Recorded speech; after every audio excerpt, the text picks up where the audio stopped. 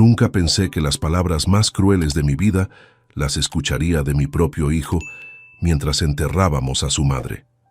Antes de continuar, suscríbete al canal, activa la campanita porque todos los días tenemos nuevas historias, deja tu like y cuéntanos en los comentarios desde qué ciudad nos estás viendo. Me llamo Rodrigo Mendoza García, tengo 67 años y lo que voy a contarles cambió para siempre mi percepción sobre la familia, la lealtad y hasta dónde puede llegar la maldad humana. Esta historia comenzó a escribirse mucho antes del funeral de mi querida Isabel, pero fue precisamente ese día, el 15 de marzo de 2024, cuando todo se volvió dolorosamente claro. Isabel Ruiz Mendoza, mi esposa durante 42 años, había fallecido 3 días antes después de una batalla de 6 meses contra las secuelas de un derrame cerebral que la dejó postrada en una silla de ruedas, sin poder hablar, dependiendo completamente de mis cuidados y los de Rosa Martín López, la enfermera que contraté para ayudarme. El funeral se celebró en la iglesia de San Miguel Arcángel, en el centro de Sevilla, la misma iglesia donde nos casamos en 1982. Era una mañana gris de marzo, con esa lluvia fina que parece llorar contigo. Habían llegado aproximadamente 150 personas, compañeros de trabajo de mis tiempos como director comercial de la empresa textil Martínez & Asociados, vecinos del barrio de Los Remedios donde vivíamos, algunos familiares lejanos y, por supuesto, nuestro hijo Adrián Mendoza Ruiz. Adrián tenía 35 años y, si soy honesto conmigo mismo, nunca había sido el hijo que Isabel y yo soñamos tener. Desde los 12 años había comenzado con problemas de drogas en el instituto, primero marihuana, después cocaína. Gastamos una fortuna en terapias, psicólogos, clínicas de rehabilitación privadas. La clínica Santa Teresa nos costó 18.000 euros en 2008. La clínica Nuevo Horizonte, otros 22.000 euros en 2012. Pero nada funcionaba. Sin embargo, ese día del funeral, algo me pareció diferente en Adrián. No era la tristeza lo que me llamaba la atención, sino su ausencia. Mientras yo sollozaba frente al ataúd de roble donde descansaba Isabel, vestida con su vestido azul marino favorito, Adrián permanecía de pie a unos metros, con una expresión que solo puedo describir como calculadora. Durante la ceremonia, el padre Antonio Jiménez, quien conocía a nuestra familia desde hacía más de 20 años, habló sobre la bondad de Isabel, sobre cómo había dedicado su vida a trabajar como maestra en la escuela primaria Guadalquivir durante 35 años. Recordó cómo ella siempre encontraba tiempo para hornear galletas para las festividades escolares, cómo organizaba las obras de teatro navideñas. Yo escuchaba cada palabra con el corazón destrozado, recordando a la mujer que había perdido no una vez, sino 2. Primero cuando el derrame cerebral se la llevó mentalmente en septiembre de 2023 y ahora definitivamente.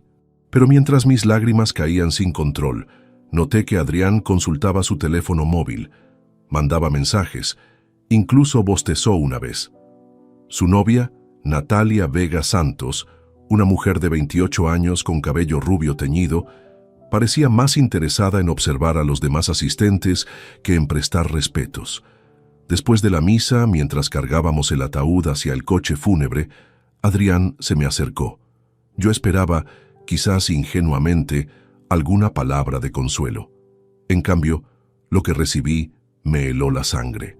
Se inclinó hacia mi oído y me susurró con una frialdad que jamás olvidaré. «Tú serás el próximo, viejo». Y entonces, para mi absoluto horror, se alejó riéndose. Me quedé paralizado, sosteniendo aún una de las asas del ataúd de mi esposa, mientras procesaba lo que acababa de escuchar. La sonrisa cruel en su rostro mientras se alejaba hacia donde estaba Natalia me confirmó que había escuchado correctamente. El resto de la ceremonia en el cementerio de San Fernando pasó como en un sueño. Recuerdo vagamente las palabras del padre Antonio, el sonido de la tierra cayendo sobre el ataúd, los abrazos de pésame. Pero mi mente seguía repitiendo una y otra vez esas 5 palabras.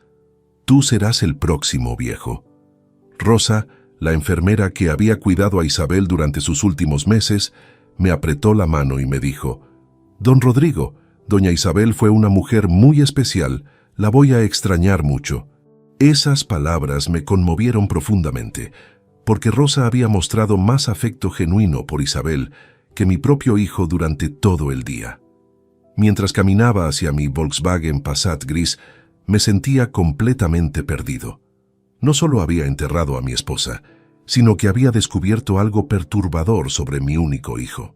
Sin embargo, todavía no tenía idea de que lo peor estaba por venir, y que esas palabras crueles en el funeral eran apenas el comienzo de una revelación que cambiaría mi vida para siempre. El funeral había terminado, pero mi verdadera prueba como padre y como hombre estaba a punto de comenzar. Los 6 meses anteriores a la muerte de Isabel habían sido los más desafiantes de mi vida. Todo comenzó el 12 de septiembre de 2023, durante una cena familiar que había organizado para celebrar el cumpleaños número 64 de mi esposa. Habíamos invitado a Adrián y Natalia, esperando que fuera una ocasión especial para unirnos como familia. Recuerdo perfectamente el menú de esa noche: paella valenciana, la favorita de Isabel, que había preparado siguiendo la receta de su madre. También había comprado una botella de Rioja Gran Reserva 2015, de la bodega Marqués de Riscal, que costó 45 € en la tienda de vinos El Corte Inglés de la calle Sierpes. Isabel lucía radiante esa noche. Vestía un vestido color cereza que realzaba su cabello canoso, que llevaba recogido en un moño elegante. Durante la cena, conversamos sobre nuestros planes de viaje para el próximo año.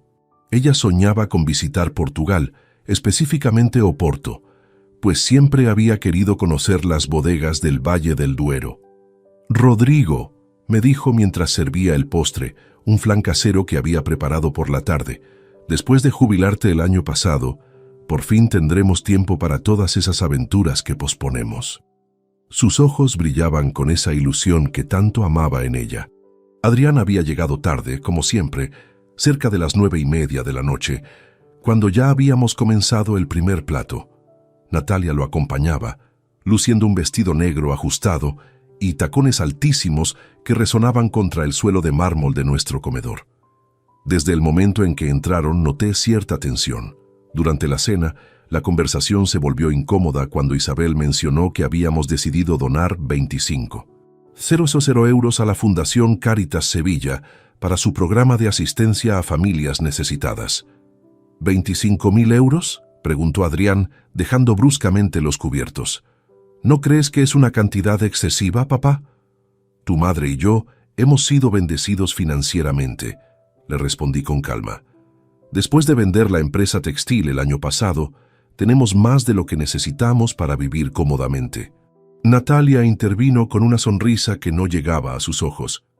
Pero, don Rodrigo, uno nunca sabe qué gastos médicos pueden surgir en el futuro. A su edad, es importante mantener reservas. Isabel se molestó visiblemente. «¿A nuestra edad?», replicó con dignidad. «Tenemos 67 y 64 años, no somos inválidos». Fue justo después de pronunciar esas palabras cuando sucedió. Isabel se llevó la mano derecha a la sien, frunció el ceño como si sintiera un dolor repentino y murmuró: «Me siento extraña». Sus palabras se volvieron confusas. Su rostro se distorsionó del lado derecho, y antes de que pudiera reaccionar, se desplomó de la silla. Los siguientes minutos fueron caóticos. Llamé inmediatamente al 112, mientras Adrián se quedó paralizado, mirando a su madre en el suelo. Natalia, sorprendentemente, fue quien mostró más iniciativa, ayudándome a colocar a Isabel en posición de recuperación hasta que llegaron los paramédicos. La ambulancia del Servicio Andaluz de Salud llegó en 12 minutos. El equipo médico, liderado por el doctor emergencista Carlos Rueda Moreno, confirmó inmediatamente que Isabel había sufrido un accidente cerebrovascular masivo. La trasladaron de urgencia al Hospital Universitario Virgen del Rocío. El neurólogo doctor Fernando Castillo Herrera me explicó la gravedad de la situación la mañana siguiente. «Señor Mendoza», me dijo con profesionalidad compasiva, «su esposa ha sufrido un derrame cerebral extenso que afectó las áreas del lenguaje y la movilidad. Ha sobrevivido, pero las secuelas serán permanentes. Isabel permaneció en coma durante 5 días. Cuando finalmente despertó, la realidad se hizo evidente. Había perdido completamente la capacidad de hablar y tenía paralizada toda la parte izquierda del cuerpo. Los médicos me explicaron que necesitaría cuidados especializados las 24 horas del día. Después de 3 semanas de hospitalización, que costaron 400 euros en habitación privada y tratamientos especializados, trajimos a Isabel a casa. Contraté inmediatamente a Rosa Martín López, una enfermera certificada con 15 años de experiencia en cuidados neurológicos. Su salario era de 2.200 euros mensuales, además de los 800 euros adicionales por trabajar fines de semana. Tuvimos que adaptar completamente la casa. Instalé una silla salvaescaleras que costó 200 euros, convertí el estudio del primer piso en dormitorio para Isabel y compré una cama hospitalaria eléctrica por 1.800 euros. Los gastos en medicamentos especializados alcanzaban los 400 euros mensuales, anticoagulantes, medicamentos para la presión arterial y suplementos nutricionales. Desde el principio, Adrián mostró una actitud que me resulta dolorosa recordar. Durante las primeras semanas después del derrame, apenas nos visitó. Cuando finalmente venía, sus comentarios eran siempre sobre los costes del cuidado. «Papá», me dijo un día de octubre, mientras observaba a Rosa alimentando pacientemente a Isabel, «¿realmente necesitas tanta asistencia profesional? Hay residencias especializadas que podrían ser más económicas. Tu madre no va a ninguna residencia», le respondí firmemente. «Después de 42 años de matrimonio, la voy a cuidar aquí, en su hogar».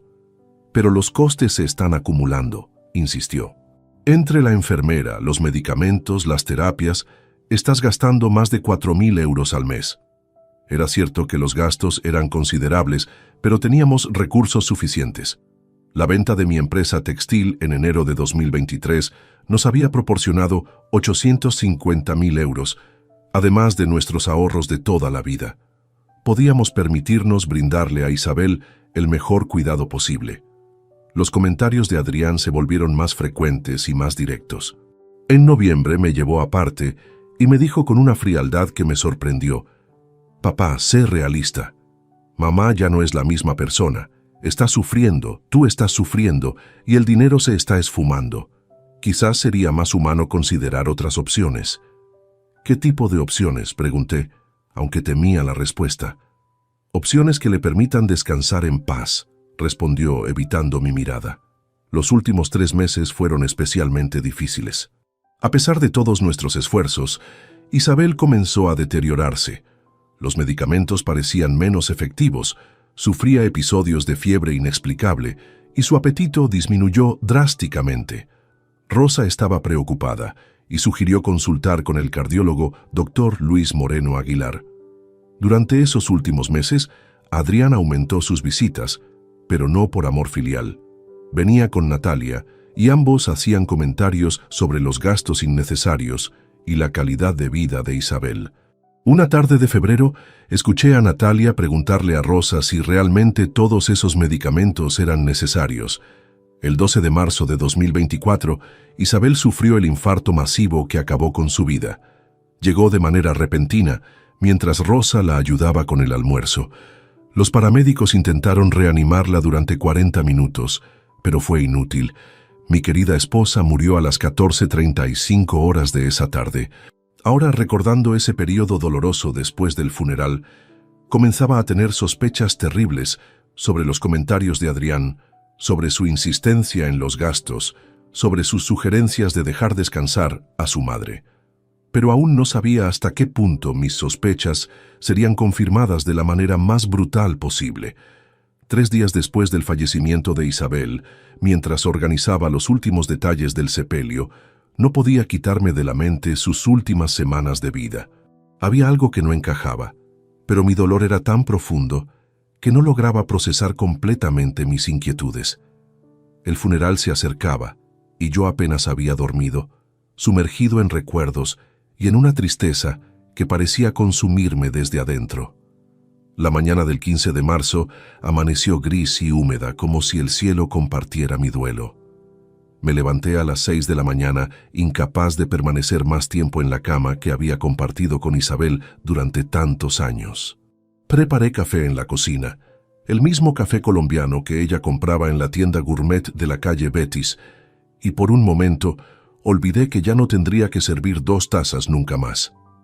Adrián había llegado la noche anterior con Natalia, supuestamente para ayudarme con los preparativos, aunque su ayuda se limitó a criticar los gastos del funeral. ¿Realmente necesitas el ataúd de roble macizo?, me había preguntado al revisar la factura de la funeraria Tanatorio San Bernardo. Cuesta 200 euros, papá. Hay opciones más razonables.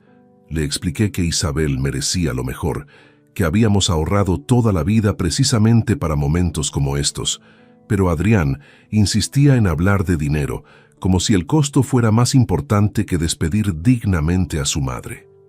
Durante el trayecto al tanatorio en mi Volkswagen, Adrián y Natalia viajaron en silencio en el asiento trasero.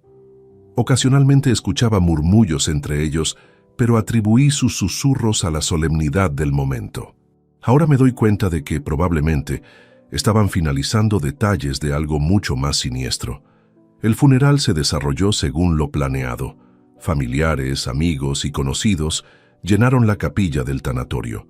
Carmen Jiménez, la antigua directora de la escuela donde Isabel enseñó durante décadas, pronunció unas palabras hermosas sobre la dedicación de mi esposa hacia sus alumnos. Isabel Ruiz, dijo con la voz quebrada por la emoción, fue una maestra que marcó la diferencia en cientos de vidas infantiles. Durante toda la ceremonia observé a Adrián con discreción. Su comportamiento me resultaba extraño. Miraba constantemente su reloj.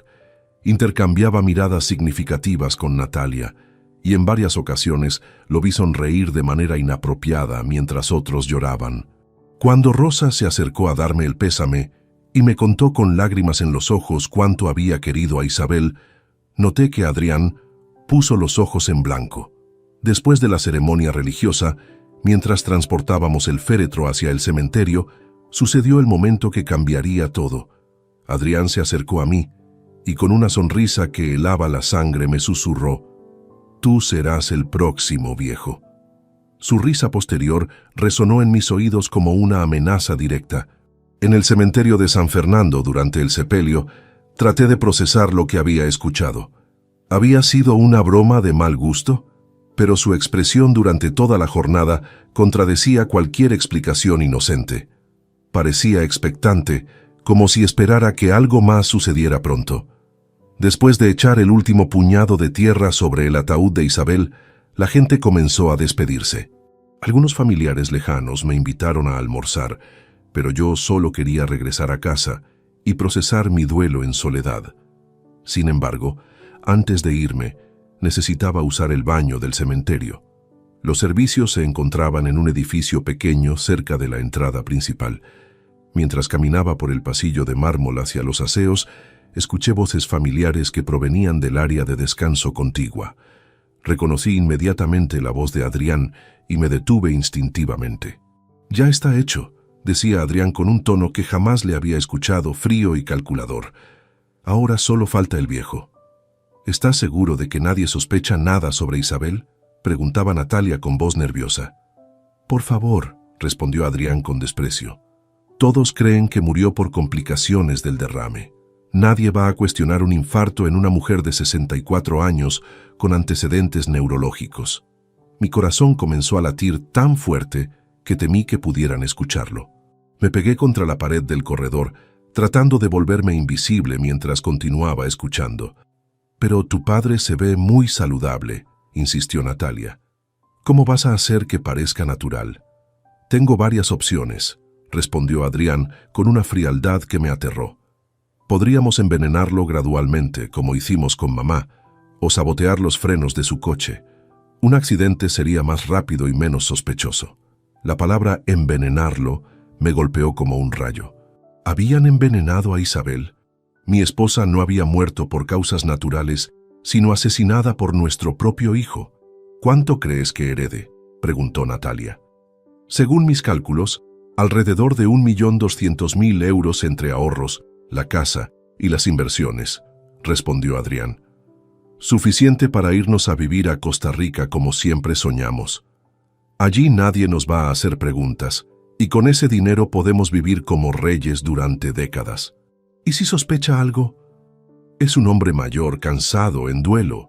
Adrián se rió con crueldad. Está completamente indefenso. Además, ¿quién va a creer que su propio hijo lo quiere muerto?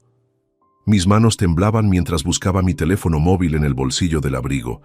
Con dedos temblorosos, activé la grabadora de audio justo cuando Adrián continuaba hablando.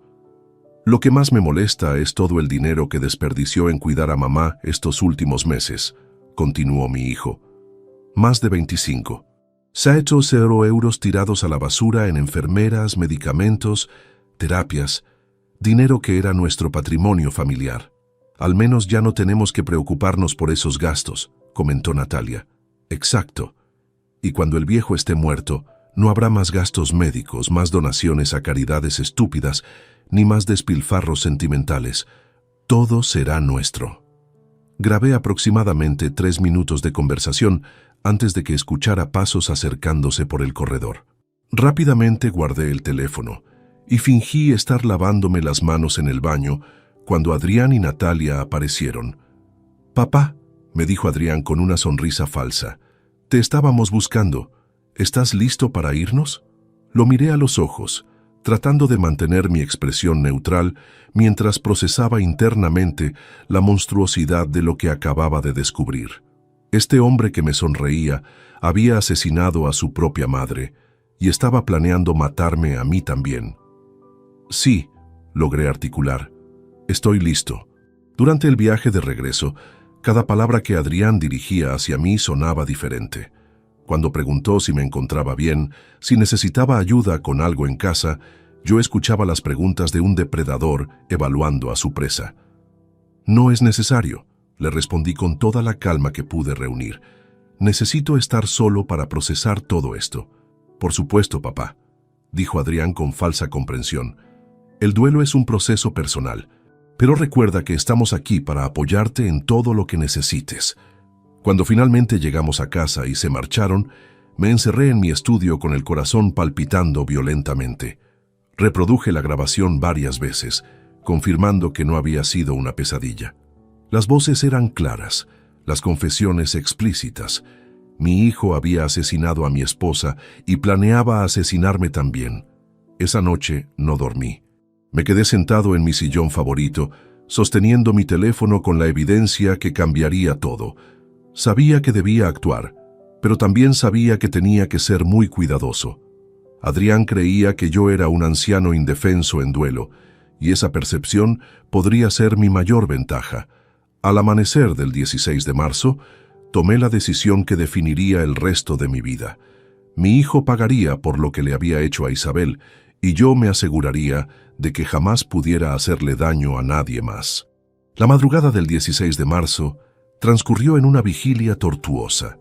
Sentado en mi estudio, rodeado de fotografías familiares que ahora me parecían testimonios de una mentira, comencé a revivir cada momento de la vida de Adrián, buscando señales que hubiera ignorado, indicios que me hubieran advertido sobre la verdadera naturaleza de mi hijo. Recordé vívidamente el día en que nació, el 8 de abril de 1988.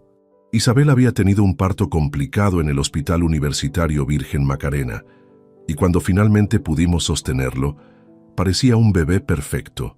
Pesaba 3.2 kilogramos, tenía el cabello oscuro como el mío y los ojos verdes de su madre. «Será un niño especial», había murmurado Isabel, exhausta pero radiante. Los primeros años fueron normales, incluso prometedores. Adrián aprendió a caminar a los 11 meses, pronunció sus primeras palabras a los 13. Era inteligente, curioso, le gustaba desarmar juguetes para ver cómo funcionaban. Recuerdo que su juguete favorito era un set de construcción Lego que le regalé para su 5º cumpleaños. Costó 89 euros en la juguetería El Corte Inglés. Sin embargo, los problemas comenzaron temprano. A los 6 años, su profesora en el Colegio San Patricio, la señorita Elena Vázquez Morales, Nos citó porque Adrián había lastimado intencionalmente a un compañero durante el recreo. No fue un accidente, nos explicó la maestra con preocupación evidente. Adrián le torció el brazo a Javier Ruiz Campos deliberadamente, y cuando le pregunté por qué lo había hecho, me respondió que quería ver si podía hacerlo llorar. Isabel y yo pensamos que era una fase normal de la infancia. Hablamos con Adrián, le explicamos que lastimar a otros estaba mal, y él nos prometió con lágrimas en los ojos que nunca volvería a hacerlo. Creímos que el problema estaba resuelto. Pero los incidentes continuaron. A los 8 años mató a propósito al hámster de su hermana imaginaria. Digo imaginaria porque Isabel nunca pudo volver a quedar embarazada. Encontramos al pequeño animal ahogado en un vaso de agua en su habitación. Cuando le preguntamos qué había pasado, Adrián nos dijo con tranquilidad inquietante: quería ver cuánto tiempo podía nadar. El psicólogo infantil Dr. Manuel Herrera Sánchez, al que consultamos por recomendación del pediatra, nos tranquilizó diciendo que algunos niños pasan por fases de experimentación con los límites de la vida y la muerte. Con la orientación adecuada, superará esta etapa. Nos dijo durante una consulta que costó 120 euros. Pagamos 1.800 euros por 6 meses de terapia infantil, pero los comportamientos extraños no cesaron. A los 10 años, incendió parcialmente el cobertizo del jardín trasero para ver qué pasaba. A los 11, encontramos una caja debajo de su cama llena de insectos muertos que había estado coleccionando y diseccionando. Fue a los 12 años cuando descubrimos su primer contacto con las drogas. El director del Instituto Blas Infante, don Antonio Morales Cruz, nos citó urgentemente un martes de octubre de 2000. En su despacho, nos informó que habían encontrado a Adrián vendiendo pastillas de éxtasis a compañeros menores en los baños del colegio. «Señores Mendoza», nos dijo el director con gravedad, «esto no es experimentación adolescente. Su hijo tenía en su poder 15 pastillas y llevaba un registro detallado de ventas. Está actuando como un pequeño traficante». La suspensión fue de 2 semanas, pero el daño a nuestra reputación familiar fue considerable. Isabel lloraba todas las noches, preguntándose dónde habíamos fallado como padres.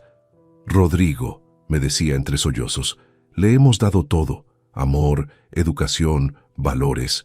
¿Por qué está tomando este camino?». Contratamos entonces al psicólogo especialista en adolescentes, Dr. Francisco Jiménez Rueda, cuyas sesiones costaban 150 euros cada una. Durante 8 meses, Adrián asistió a terapia 2 veces por semana, pero el doctor nos informó que nuestro hijo mostraba resistencia extrema al tratamiento. «Es muy manipulador», nos confesó el doctor Jiménez durante una reunión privada en febrero de 2001. «Me dice exactamente lo que cree que quiero escuchar, pero no hay arrepentimiento genuino. Los años de instituto fueron una pesadilla constante. Adrián pasó por 3 colegios diferentes. El Instituto Blas Infante lo expulsó definitivamente por tráfico de drogas. El Colegio Salesiano San Juan Bosco lo echó por agresión física a un profesor y finalmente terminó en el Instituto Público Martínez Montañés.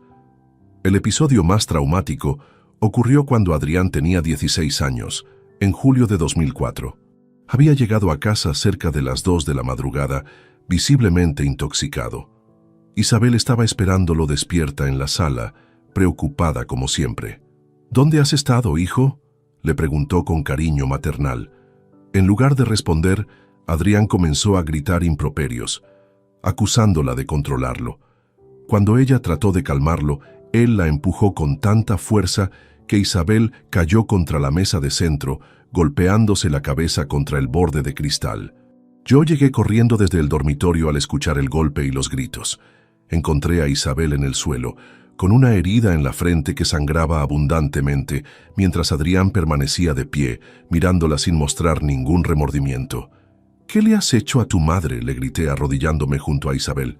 «Se cayó sola», respondió Adrián con frialdad. «No es mi problema que sea tan torpe». En ese momento, algo se rompió dentro de mí. Me levanté y enfrenté a mi propio hijo, pero él me golpeó en el estómago con un puñetazo que me dejó sin aliento. «No vuelvas a gritarme, viejo», me dijo mientras me doblaba del dolor. Ya no soy un niño al que puedas intimidar. Llevamos a Isabel al hospital, donde le dieron 8 puntos de sutura. Le dijimos al médico de urgencias que había sido un accidente doméstico, demasiado avergonzados para admitir que nuestro propio hijo había agredido a su madre. A los 20 años, en 2008, Adrián cometió lo que consideré la traición más dolorosa hasta ese momento. Isabel había heredado de su madre una colección de joyas familiares, incluyendo unos pendientes de perlas cultivadas, un collar de oro blanco con diamantes que le regalé por nuestro 20º aniversario y un reloj Cartier que había sido de su padre. Una mañana de marzo, Isabel descubrió que su joyero había sido vaciado completamente. Faltaban joyas por un valor aproximado de 15.000 euros. Cuando confrontamos a Adrián, encontramos los recibos de la casa de empeños Oro y Plata en la calle Feria, donde había vendido todas las piezas por apenas 4.200 euros. Necesitaba el dinero para pagar deudas, nos confesó sin mostrar remordimiento. ¿Qué tipo de deudas?, pregunté. Deudas de juego y otras cosas, respondió evasivamente. Más tarde descubrimos por nuestro vecino Emilio Santos Márquez, que trabajaba en la Policía Nacional, que Adrián debía dinero a traficantes de cocaína del barrio de Polígono Sur. Don Rodrigo, me dijo discretamente, he visto a su hijo con gente muy peligrosa. A pesar de todo, Isabel nunca perdió la esperanza. Gastamos una fortuna en tratamientos de rehabilitación. La clínica de desintoxicación Santa Teresa nos costó 18.000 euros en 2008. Adrián salió aparentemente limpio, pero 3 semanas después lo encontramos consumiendo nuevamente. En 2012, pagamos otros 22.000 euros por el programa de rehabilitación de la Clínica Nuevo Horizonte en Málaga. Adrián permaneció 6 meses internado. Cuando regresó parecía genuinamente arrepentido. «Mamá, papá», nos dijo con lágrimas, «esta vez va a ser diferente». Durante casi un año creímos que había cambiado realmente. Consiguió trabajo como vendedor en una tienda de electrodomésticos, mantenía horarios regulares, incluso había comenzado una relación con una chica que parecía ejercer buena influencia. Pero en diciembre de 2013, la máscara volvió a caer. Una noche, Isabel lo descubrió robando dinero de mi billetera mientras yo dormía. Había tomado 800 euros que tenía guardados para gastos navideños. Esa fue la gota que colmó el vaso. Le dije que ya no era bienvenido en nuestra casa hasta que demostrara con hechos, no con palabras, que había cambiado realmente. Ahora, sentado en mi estudio a las 5 de la madrugada, recordando estos episodios dolorosos, me daba cuenta de que todas las señales habían estado ahí desde el principio. Adrián nunca había mostrado remordimiento genuino, nunca había demostrado amor real hacia nosotros. Isabel y yo habíamos sido para él únicamente una fuente de recursos económicos. La grabación que tenía en mi teléfono confirmaba lo que mi corazón había temido durante décadas. Había criado a un depredador que había asesinado a su propia madre y ahora planeaba asesinarme a mí también.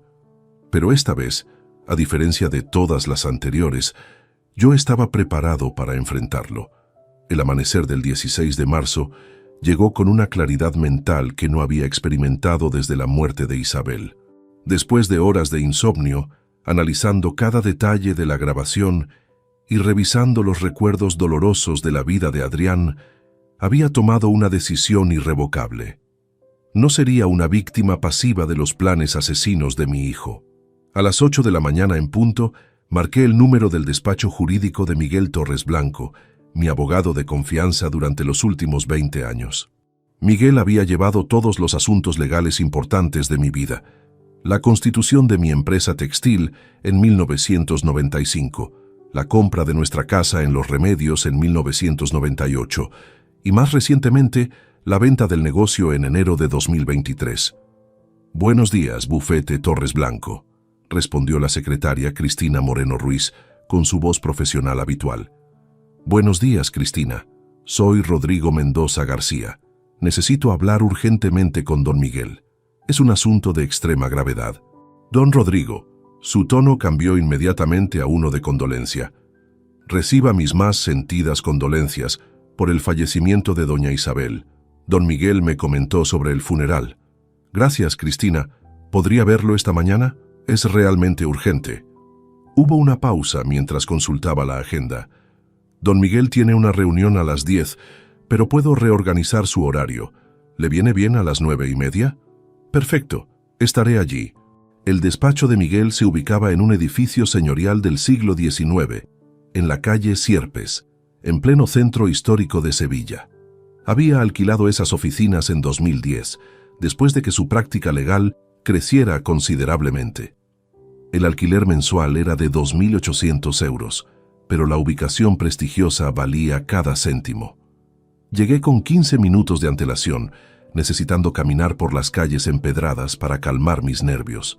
El peso del teléfono móvil en mi bolsillo se sentía como una bomba de tiempo. Contenía evidencia que podría enviar a mi propio hijo a prisión, pero también representaba la única manera de proteger mi vida y obtener justicia para Isabel. Miguel Torres Blanco tenía 58 años, cabello gris perfectamente peinado hacia atrás y siempre vestía trajes de corte impecable. Lo conocía desde 2004, cuando necesité asesoría legal para expandir mi negocio textil. Durante estas 2 décadas, habíamos desarrollado una relación que trascendía lo estrictamente profesional. Él conocía íntimamente la situación familiar con Adrián. Rodrigo me recibió con un abrazo fraternal.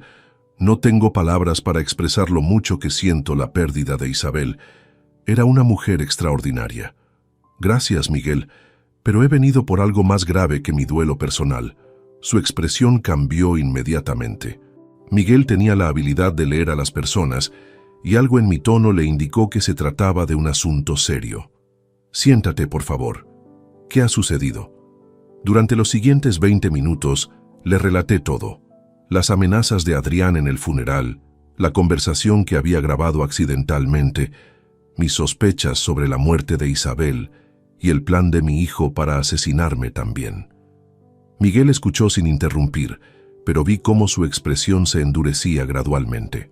¿Tienes la grabación contigo?, preguntó cuando terminé mi relato.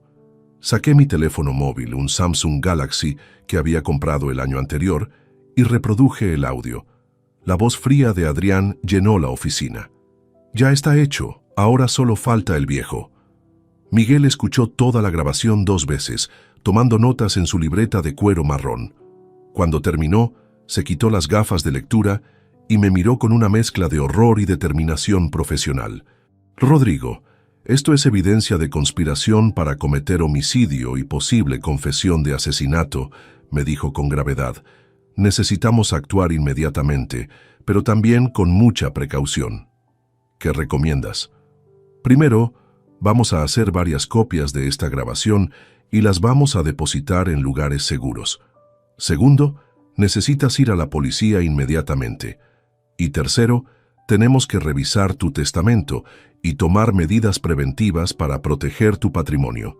Miguel se dirigió a su caja fuerte, una Fichet Boche que había mandado instalar después de un intento de robo en 2018. Extrajo varios dispositivos de almacenamiento digital y comenzó a hacer copias de la grabación. ¿Has notado algo extraño en el comportamiento de Adrián durante los últimos meses?, me preguntó mientras trabajaba. Ahora que lo pienso, sí. Durante los últimos 3 meses de vida de Isabel, Adrián aumentó sus visitas. Al principio pensé que finalmente estaba mostrando preocupación filial, pero siempre hacía comentarios sobre los gastos médicos. ¿Qué tipo de comentarios? Decía que los medicamentos eran muy caros, que quizás no todos eran necesarios, que estábamos desperdiciando dinero en cuidados que no mejorarían su condición.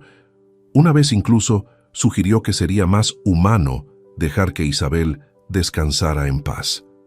Miguel dejó de escribir y me miró fijamente. ¿Adrián tenía acceso a los medicamentos de Isabel? La pregunta me golpeó como un rayo. Sí, frecuentemente. Rosa, la enfermera, a veces salía a hacer compras o tomaba descansos cortos.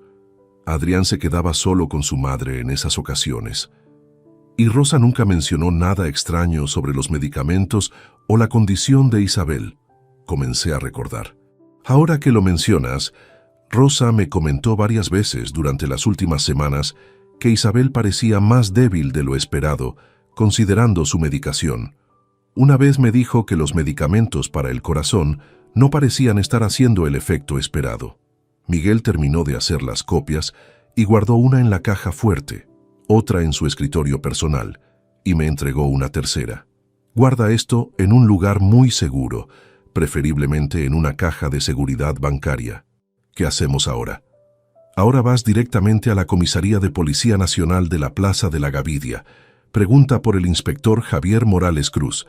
Es un viejo amigo mío, especialista en delitos familiares y homicidios. Le voy a llamar para preparar el terreno. Miguel marcó un número en su teléfono fijo. Javier, soy Miguel Torres. Tengo una situación muy delicada que requiere tu atención inmediata. Sí, involucra posible homicidio y conspiración. Un cliente muy respetable. ¿Puedes recibirlo esta mañana? Después de colgar, me explicó el procedimiento. Javier te va a recibir a las 11:30. Vas a presentar la denuncia formal y entregar la grabación. Él decidirá si se justifica abrir una investigación criminal. ¿Y mi testamento? Eso lo hacemos esta misma tarde. Después de que hables con la policía, regresa aquí a las 4. Vamos a redactar un testamento completamente nuevo que proteja tu patrimonio de las intenciones de Adrián. Miguel se levantó de su escritorio y se dirigió a un archivador donde guardaba todos mis documentos legales. Extrajo mi testamento actual, fechado en abril de 2018. Según este documento, Adrián es tu único heredero universal, me dijo mientras revisaba las páginas. Si algo te pasara mañana, él heredaría todo. La casa valorada en 380.000 euros, tus ahorros de aproximadamente 920.000 euros y todas las inversiones. La realidad de mi situación me golpeó completamente. Adrián no solo planeaba asesinarme, sino que legalmente tenía derecho a todo lo que Isabel y yo habíamos construido durante décadas de trabajo honesto. Miguel, quiero que quede claro desde este momento. Adrián no va a recibir ni un céntimo de mi patrimonio. Entendido, esta tarde vamos a redactar un nuevo testamento. ¿Has pensado en beneficiarios alternativos? La pregunta me hizo reflexionar. Isabel y yo nunca habíamos tenido otros hijos, y los familiares más cercanos eran primos lejanos con los que apenas manteníamos contacto. Quiero destinar la mayor parte a organizaciones benéficas, decidí en ese momento. Isabel siempre apoyaba la labor de Cáritas Sevilla y la Fundación Save the Children, y también quiero establecer una beca universitaria en su memoria para estudiantes de pedagogía. Excelente idea. ¿Y para Adrián? Si sobrevive a todo esto y está en prisión, que reciba una cantidad mínima, lo suficiente para demostrar que no lo olvidé por error, pero insuficiente para financiar el estilo de vida lujoso que planea con mi dinero. Miguel tomó notas detalladas. Sugiero tal vez 15.000 euros, con la condición de que solo pueda acceder a ese dinero después de cumplir cualquier condena penal que pudiera recibir. Perfecto. Antes de irme, Miguel me dio instrucciones específicas para los próximos días. Rodrigo, es crucial que actúes con normalidad frente a Adrián. No debe sospechar que sabes algo. Si te contacta, responde con naturalidad. Si te visita, recíbelo como siempre, pero nunca estés solo con él. Al salir del despacho de Miguel a las 10:15, me dirigí directamente hacia la comisaría. El peso de lo que estaba a punto de hacer me abrumaba. Iba a denunciar a mi propio hijo por asesinato y conspiración.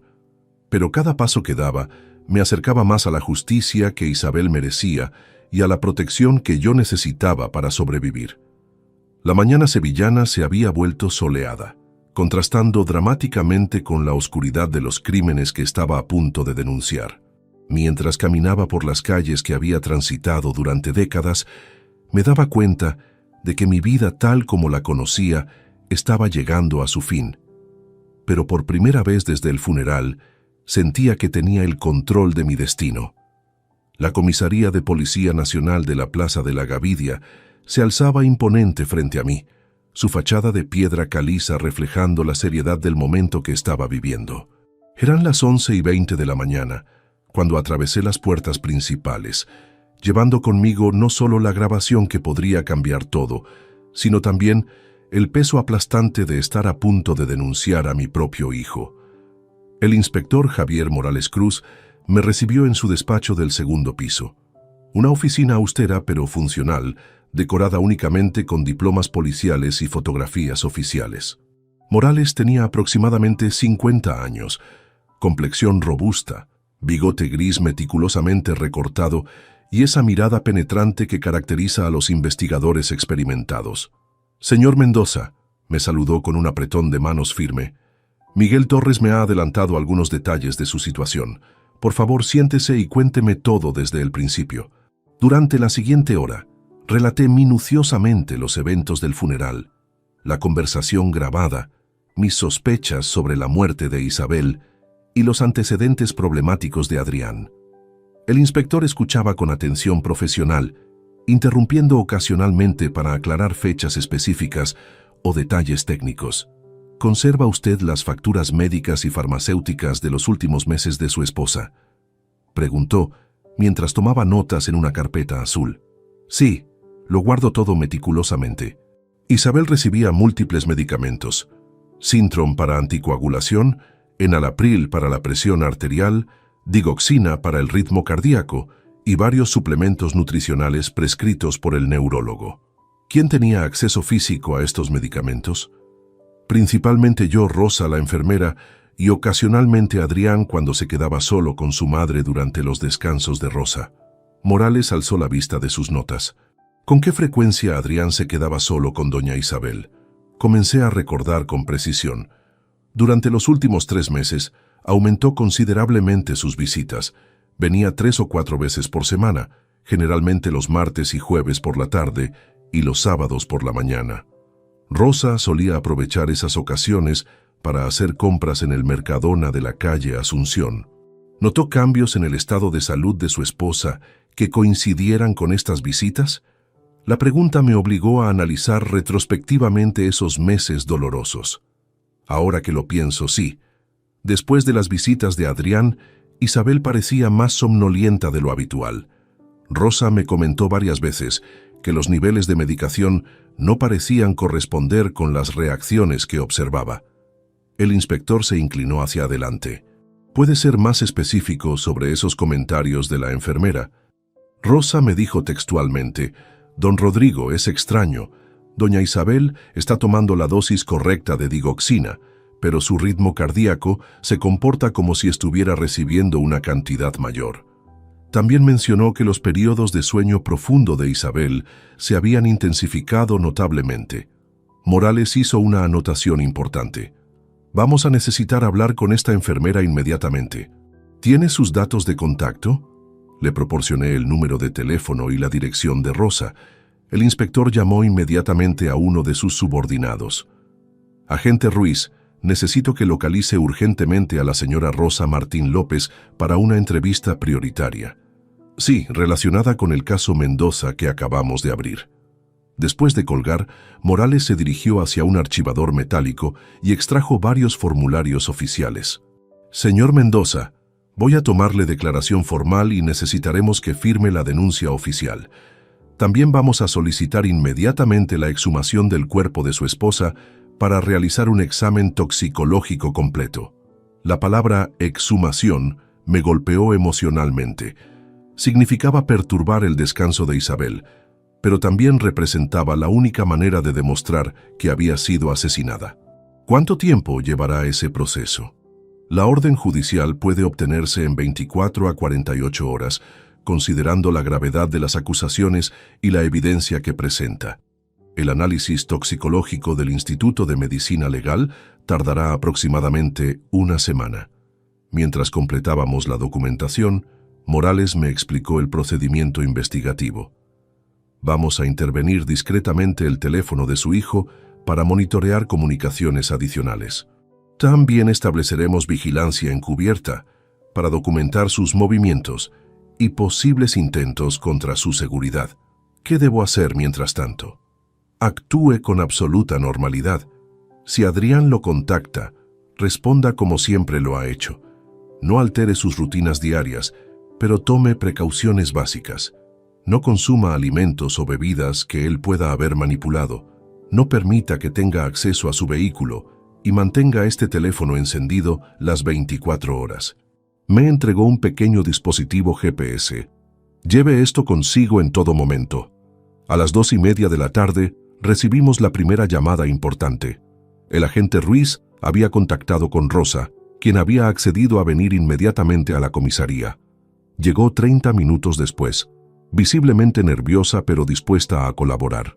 Rosa Martín López tenía 45 años, cabello castaño recogido en una cola de caballo profesional, y llevaba puesto su uniforme blanco de enfermería. Había trabajado durante 15 años en el Hospital Universitario Virgen del Rocío antes de dedicarse al cuidado domiciliario privado. Señora Martín, comenzó Morales, queremos que nos cuente todo lo que observó durante los últimos meses de cuidado de doña Isabel, especialmente cualquier irregularidad relacionada con su medicación o estado de salud. Rosa se acomodó en la silla frente al escritorio del inspector. Durante los 6 meses que cuidé a doña Isabel, noté varias cosas extrañas, especialmente en los últimos 3 meses. ¿Qué tipo de irregularidades? Los medicamentos de doña Isabel estaban muy bien controlados.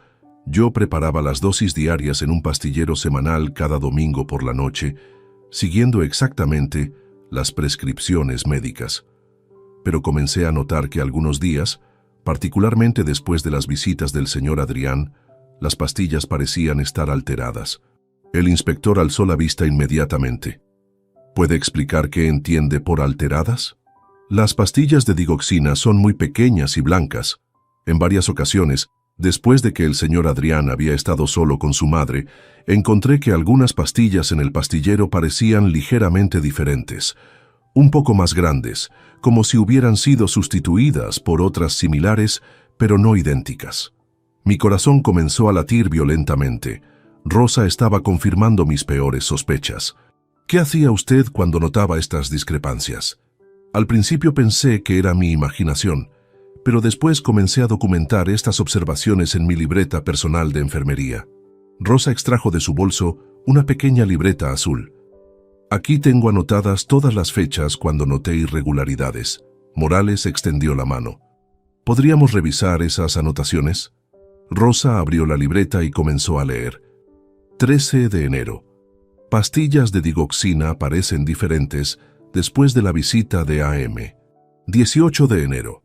Doña Isabel extremadamente somnolienta, más de lo normal para su medicación.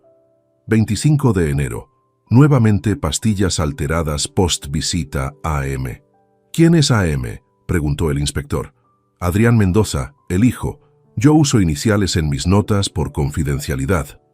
Rosa continuó leyendo fechas que correspondían exactamente con las visitas de Adrián. En total, había documentado 12 ocasiones durante 3 meses donde notó irregularidades coincidiendo con la presencia de mi hijo. ¿Alguna vez comentó estas observaciones con el señor Rodrigo Mendoza?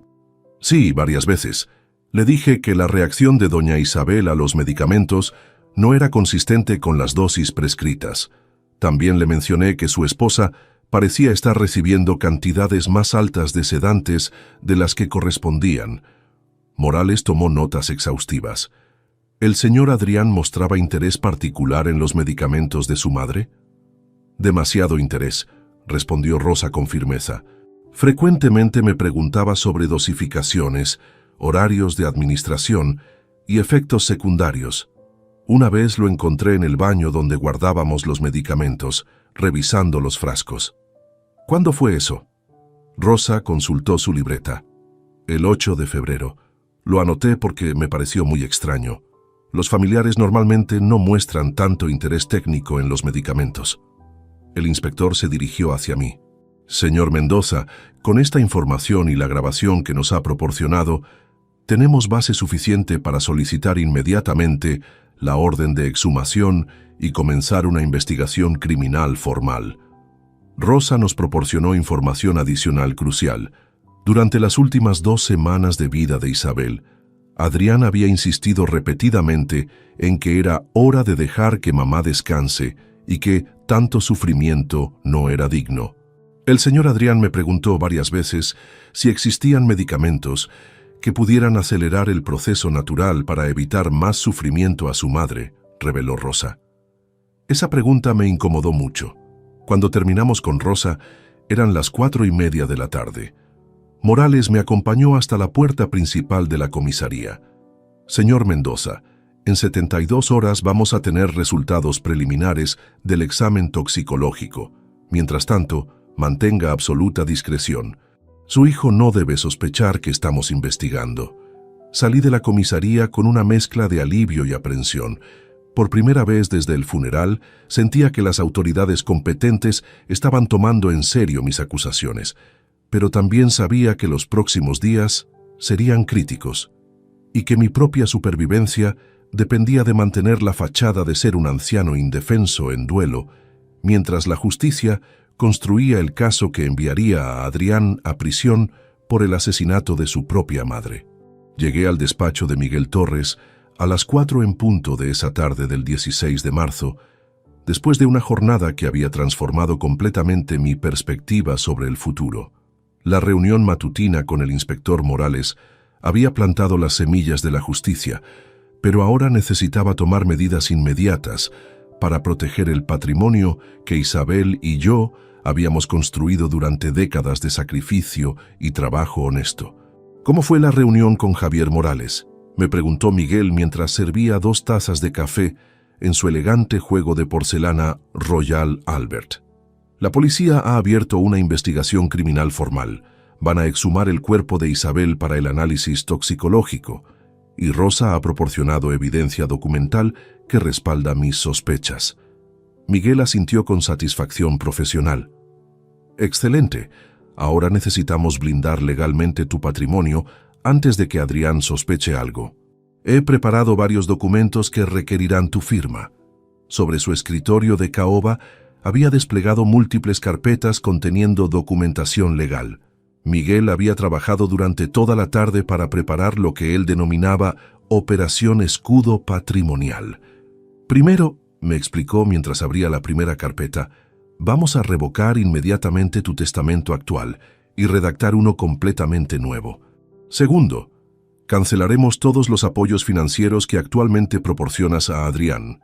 Y tercero, estableceremos medidas de protección para evitar que pueda acceder a tus cuentas bancarias. El nuevo testamento que Miguel había preparado era drásticamente diferente al anterior. Donde Adrián había sido beneficiario universal, ahora aparecía únicamente como receptor de 12.000 euros, cantidad simbólica que demostraría que no había sido omitido por error. El 70% de tu patrimonio, me explicó Miguel, se destinará a 3 organizaciones benéficas. Cáritas Sevilla recibirá 300.000 euros para sus programas de asistencia familiar. La Fundación Andaluza contra el Cáncer recibirá 250.000 euros y Save the Children España recibirá 200.000 euros. ¿Y el resto?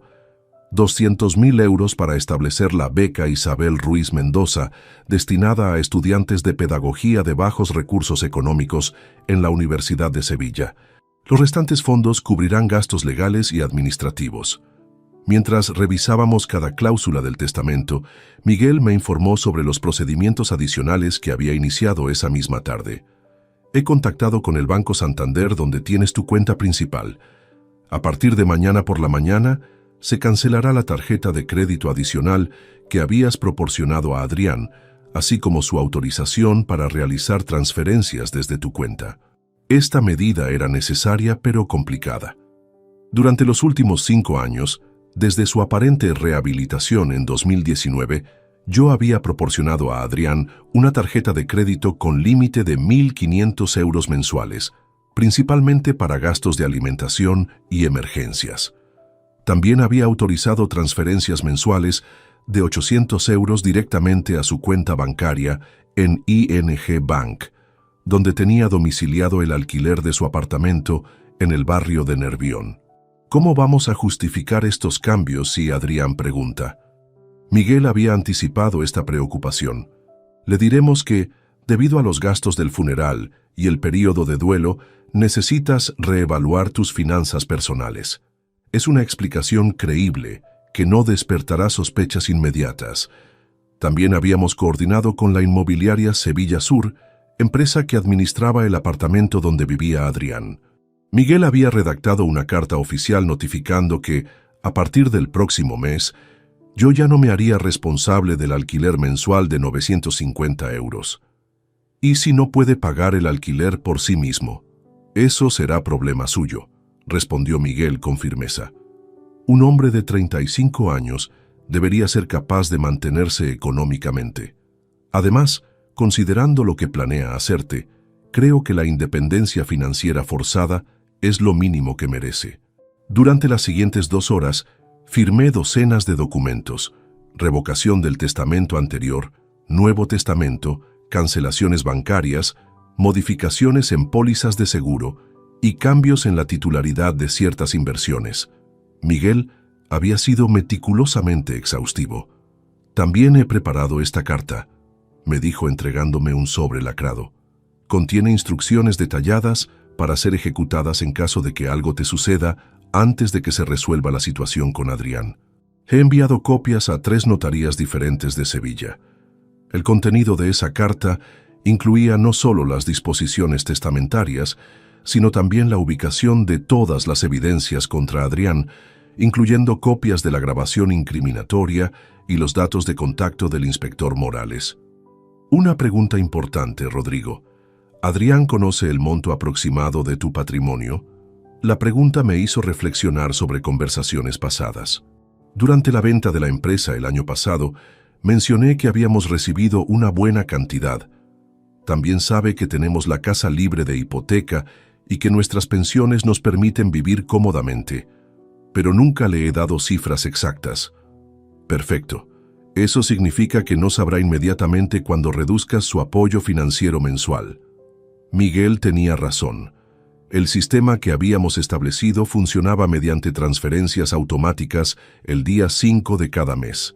Adrián generalmente gastaba todo el dinero antes del día 15 y después vivía de manera más austera hasta la siguiente transferencia.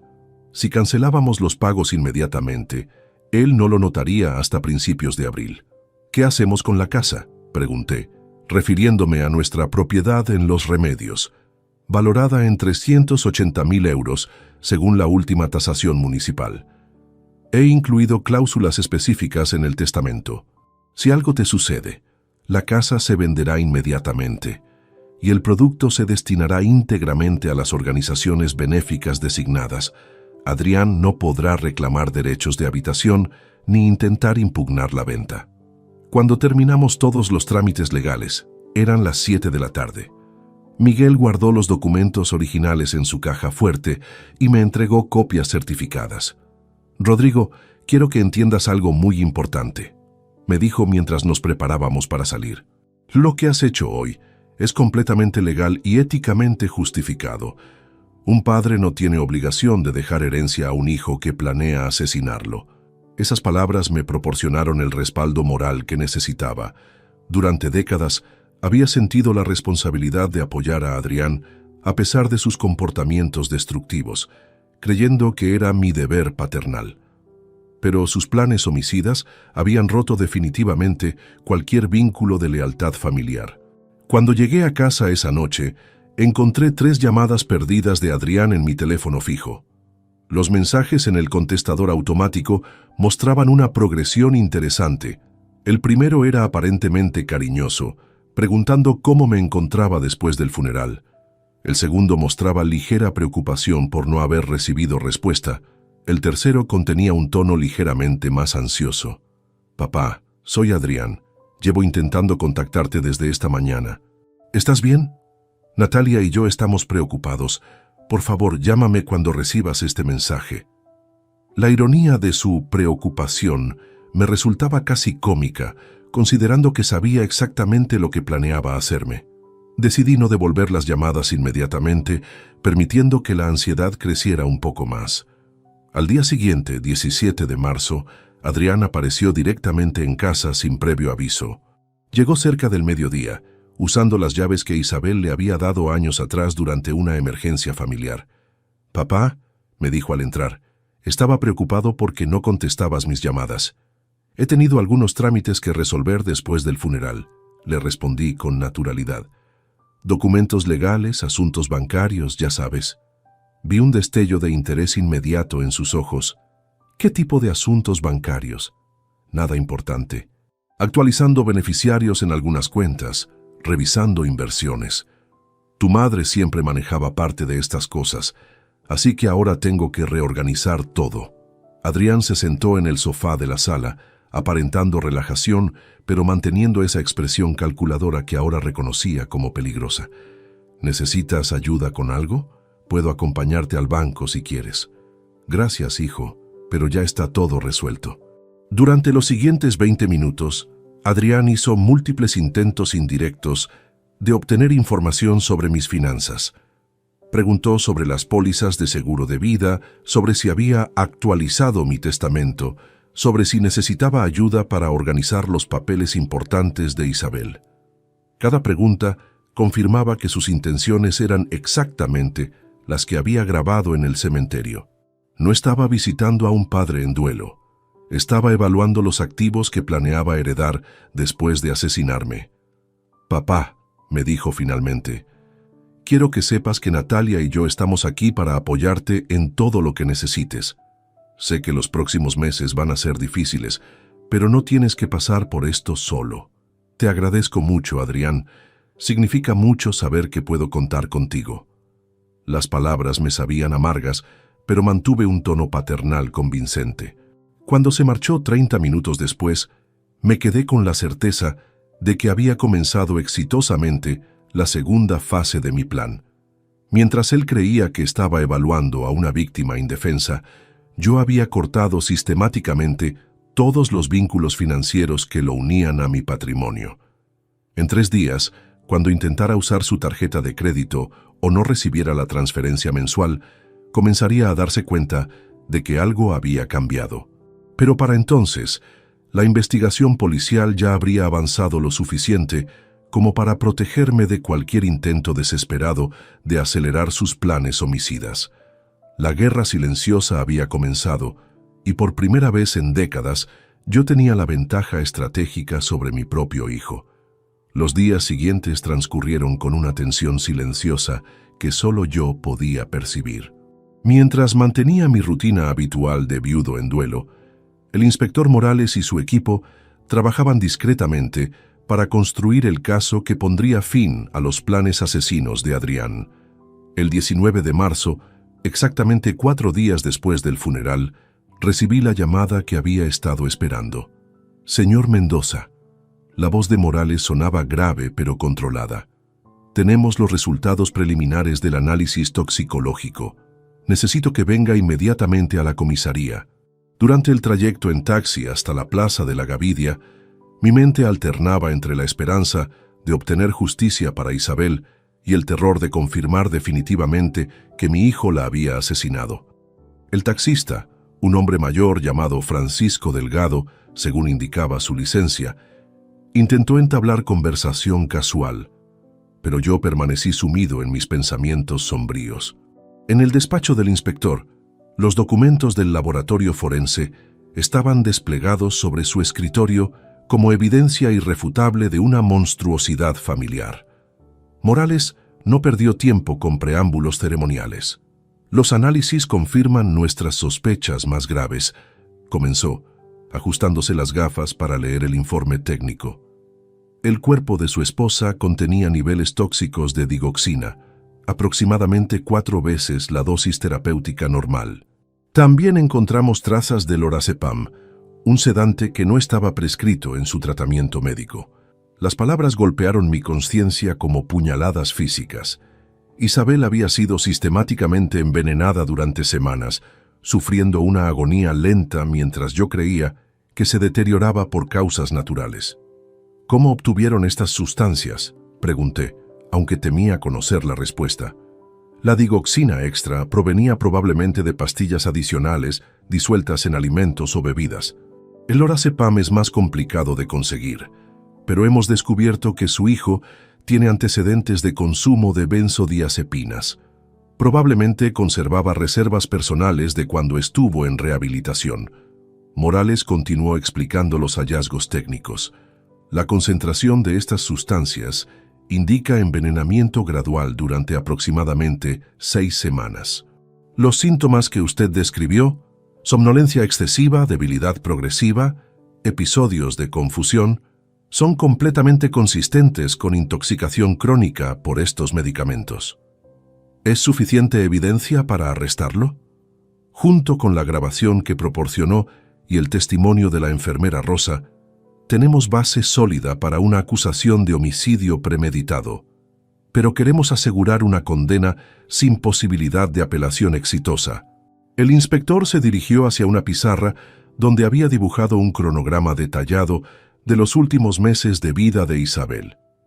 Hemos correlacionado las fechas de las visitas de su hijo, documentadas por Rosa, con los picos de toxicidad que muestran los análisis forenses.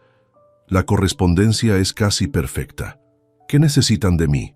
Queremos organizar una operación encubierta para obtener confesión adicional y evidencia de sus planes para asesinarlo a usted también. Morales me explicó el procedimiento que tenían en mente. Vamos a instalar equipos de grabación profesional en su casa, específicamente en la sala y la cocina donde generalmente recibe a Adrián. Después, usted lo va a invitar para una conversación íntima sobre el futuro, creando las condiciones para que él revele más detalles sobre sus intenciones. ¿No es peligroso? Tendremos agentes encubiertos en la calle y un equipo de intervención a menos de 2 minutos de su casa. Además, llevará este dispositivo de emergencia. Me entregó un pequeño botón rojo. Si siente que está en peligro inmediato, presiónelo y estaremos allí en menos de 30 segundos. La operación se programó para el 22 de marzo, un viernes por la tarde. Durante los días intermedios, Morales y su equipo transformaron discretamente mi hogar en una trampa tecnológica sofisticada. Instalaron micrófonos ultrasensibles disimulados en lámparas y marcos de fotografías, cámaras miniaturizadas en relojes de pared y sistemas de grabación digital ocultos en el sistema de ventilación. La calidad del audio será perfecta, me aseguró el técnico especialista Alberto Fernández Rueda mientras calibraba los equipos. Incluso si susurra, capturaremos cada palabra con claridad judicial. El miércoles 20 de marzo llamé a Adrián para preparar el escenario. Hijo, he estado pensando mucho sobre el futuro desde que murió tu madre. ¿Podrías venir el viernes por la tarde? Hay cosas importantes que necesito discutir contigo. Su respuesta inmediata reveló su interés genuino. Por supuesto, papá. ¿De qué se trata? Prefiero hablarlo en persona. Tiene que ver con planificación familiar y... Bueno, ya no soy joven y necesito organizar ciertos asuntos. Percibí la satisfacción apenas contenida en su voz. Estaré allí a las 5. ¿Quieres que traiga algo específico? Solo tu tiempo y atención. Vamos a tener una conversación muy franca sobre el futuro de esta familia. Los días previos a la operación transcurrieron lentamente. Cada vez que sonaba el teléfono, mi corazón se aceleraba pensando que podría ser Adrián cambiando de planes, o peor aún, anticipando mis intenciones. Pero él mantuvo contacto mínimo, aparentemente confiado en que su víctima se estaba preparando para entregarle voluntariamente toda la información que necesitaba. El jueves por la noche, recibí una llamada inesperada que agregó otra dimensión siniestra a la situación. Don Rodrigo, soy Rosa. Lamento llamarlo tan tarde, pero tengo algo importante que contarle. Por favor, Rosa, dígame. Esta tarde, mientras compraba en el Mercadona, me encontré con el señor Adrián. Estaba en la farmacia anexa, comprando varios medicamentos sin prescripción médica. Cuando me vio, se puso muy nervioso y trató de ocultar lo que estaba comprando. Mi sangre se heló. ¿Pudo ver qué medicamentos compró? Alcancé a observar que tenía en la mano cajas de Nolotil y algo que parecía ser un jarabe para la tos con codeína. También vi que cargaba una bolsa de la farmacia central, la que está especializada en medicamentos más complejos. ¿Le dijo algo? Me preguntó cómo me encontraba después de la muerte de doña Isabel, pero de manera muy extraña, como si estuviera evaluándome. Después me preguntó si usted había mencionado planes de viaje o cambios en su rutina diaria. Las compras de medicamentos de Adrián confirmaban que estaba preparando activamente su próximo ataque. El inspector Morales, cuando le informé sobre la llamada de Rosa, intensificó inmediatamente las medidas de seguridad. «Vamos a adelantar la operación», me dijo por teléfono. «Su hijo está acelerando sus planes. probablemente porque ha notado cambios en sus recursos financieros. Efectivamente, esa misma tarde había recibido una llamada furiosa de Adrián cuando descubrió que su tarjeta de crédito había sido cancelada. «Papá, ¿qué está pasando con mi tarjeta? Fui a pagar gasolina y me la rechazaron». «Ah, sí, hijo. El banco me recomendó cancelar todas las tarjetas adicionales temporalmente mientras reorganizo las cuentas después de la muerte de tu madre. Es un protocolo estándar. ¿Cuándo se va a resolver?»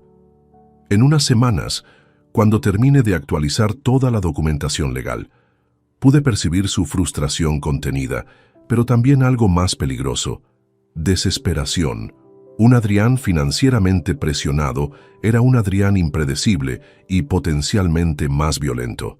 El viernes 22 de marzo, amaneció nublado pero seco. A las 3 de la tarde, los técnicos hicieron las verificaciones finales de todos los equipos de grabación.